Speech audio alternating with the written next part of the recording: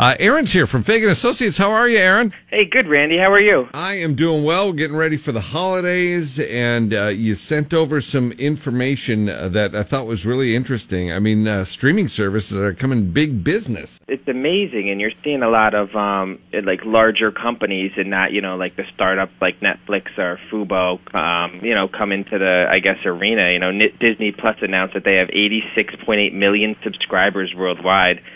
And they think it's going to triple to 260 million by 2024, which is really amazing, especially when you see Netflix, who only has about 195 million right now. Disney Plus has only been around since last November, and they already have almost half of what Netflix has. Wow. That's pretty incredible. Yeah. What do you think is going to happen with this in the long run? I mean, do you think there'll end up just being a few big services or a ton of them?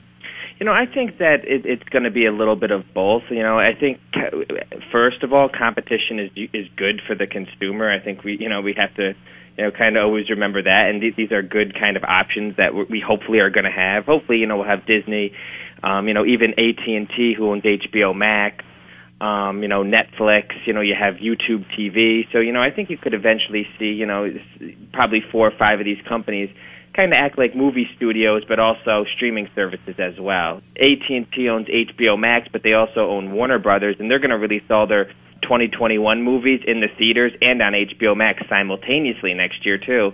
So you're seeing a lot of these giant, conglomerates and giant companies really, kind of step into the streaming space. It's kind of changing the whole, overall game plan. Everything used to be in the theaters, and due to the pandemic and all, they're dare I say, pivoting. It's a good move that they've made, especially who would have thought a company like Disney would be at, all-time highs with the stock, it's such a dislocation between what's kind of going on in the world. You always look at Disney as a, as parks and, going to the, Disney World, but, they're really kind of broadening it out, their services and their scope of business. It's, me and my dad talk about that all the time, though. It's like, you're not really surprised. We used to go to the Giants games probably 3 or 4 a year, but, as the TVs get nicer, you're like, hey, why not stay home on this, nice comfy couch? And, 50-inch TVs aren't too expensive anymore, so it's like, I think the same thing's kind of happening with movies too. People with the nicer the TV, people like staying home more now, and especially with COVID, and companies are kind of catering to it. Me and my wife just watched The Queen's Gambit this weekend. It was one of those Netflix originals, and it was one of the best shows we've ever seen, especially in a long time. It was very, very good. Disney's going the route of, they have, I think, 10 different Star Wars and Marvel, spin-offs going right to Disney Plus. And I think they've done a good job, catering to kids. And I mean, what parent with a, between 3 and 10-year-old isn't going to have Disney Plus with the whole Disney catalog on there?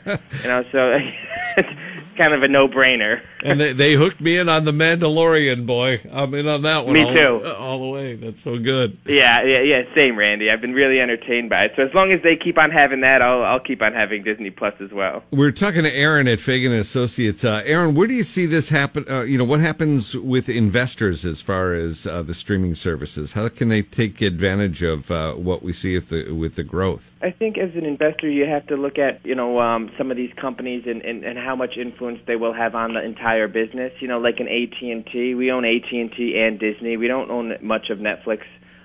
So we're kind of going for we're looking at places where we think I guess there's undervaluation in, I guess more specifically AT&T. They've kind of screwed up this HBO Max thing. They've owned Warner Brothers for about 13 years, and we think they're kind of, turning the tide a little bit, and I think this could be a good year for them if they can pay down some debt and, kind of get people into HBO Max and all their other streaming services they have as well. All right, Aaron, from Fagan Associates, where can people find you if they have questions about making investments into some of these type things? Yeah, you can reach us at investment@FaganAssociates.com. We have a question box on our website on FaganAsset.com, or you can give us a call at 518-279-1044.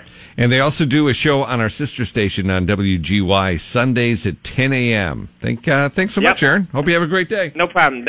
Thanks a lot, Randy. Talk to you next week. Yep. Bye-bye.